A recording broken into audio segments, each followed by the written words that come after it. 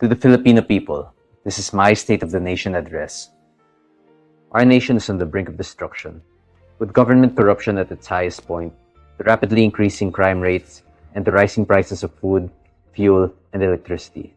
I will first address the most pressing concern of the Filipino people: the increasing costs of fuel due to the Middle Eastern war, with the transport sector being most affected by the oil crisis. Excise tax and value-added taxes on all fuel products must be removed in order to ease the financial burdens of our nation's drivers. Secondly, the rising costs of electricity due to the energy crisis. Many of our countrymen recently observed a sudden increase in the regular electricity bills, an expected result from the supply disruption in the Middle East, alongside our nation's poor economic performance. An investigation must be made in this matter to determine whether or not the increased prices are unjust, and what is to be expected for future electricity bills. Third, the rampant flooding in various parts of our country, including Quezon City, Manila, Cebu, Cavite, and parts of Mindanao, all of which are attributed to the failure of the flood control projects of DPWH and Congress, being one of the largest corruption scandals in our nation, and still no politician being held accountable as of today.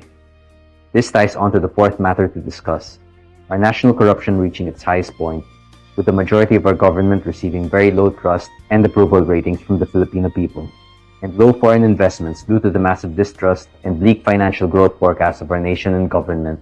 Our government must start taking steps against corruption in order for our economy to recover. Fifth, the rising crime rates, particularly violent crimes. The recent incident involving the Move It rider that was robbed and murdered while working, and the school shooting incident that has left multiple dead. These examples are only a small fraction of the recent surge in violent crimes, which has caused the rapid deterioration of the peace and order within our nation. I propose the implementation of the death penalty towards thieves, murderers, rapists, and corrupt politicians, in order to bring peace back into our communities.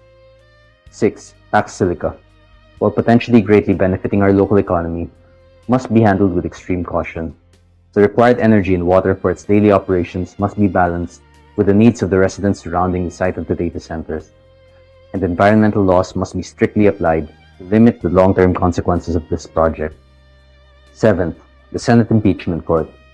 Billions have already been wasted since the impeachment plan against Vice President Sara Duterte first began in February 2025. Billions of wasted taxpayer money spent on a fruitless endeavor that will never be recovered. My point still stands. Vice President Duterte is one of the most effective leaders that we have now within the national government, and our nation's only hope in reversing the failed national policies that has led our economy to this point. This impeachment will ultimately fail, and I expect to see her in Malacanang in 2028. I am President Kiko Barzaga, and I approve this message.